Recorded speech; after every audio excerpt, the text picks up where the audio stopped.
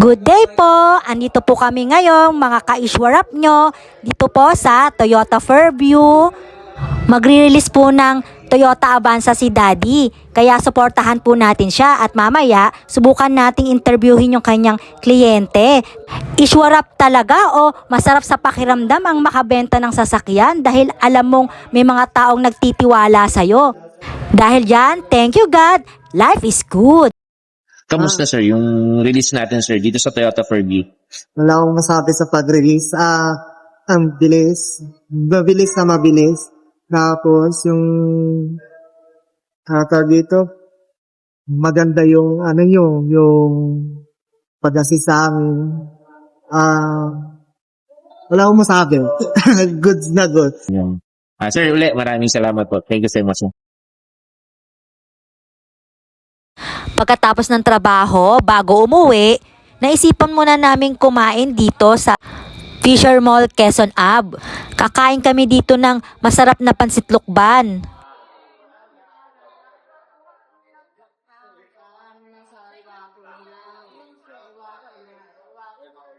Dumating na po ang in-order naming pansit lukban. Nakakagutom kasi, nag-release si Daddy.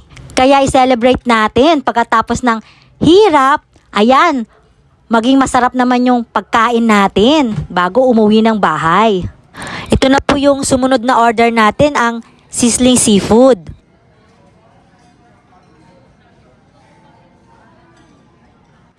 Madalas kaming kumakain dito kapag nagagawi kami rito sa Fisher Mall. Konti na nga lang ngayong kumakain eh. Kasi paggabi na, malapit nang magsara yung mall. Pero kapag maaga pa, makikita nyo napakadaming pila, lalo na kapag weekends. Nagutom ba kayo mga ka-ishwarap? Kami rin eh, gutom na gutom na.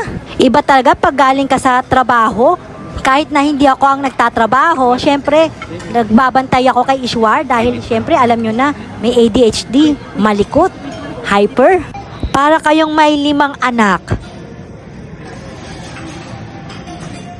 Ayan na yung pangatlong serve. Yung fried chicken ni Ishwar, ayan ang request niya, syempre. Hindi mawawala sa paborito ng mga bata ang fried chicken. Let's eat! Thank you Lord for all the blessings you have bestowed upon us. Amen.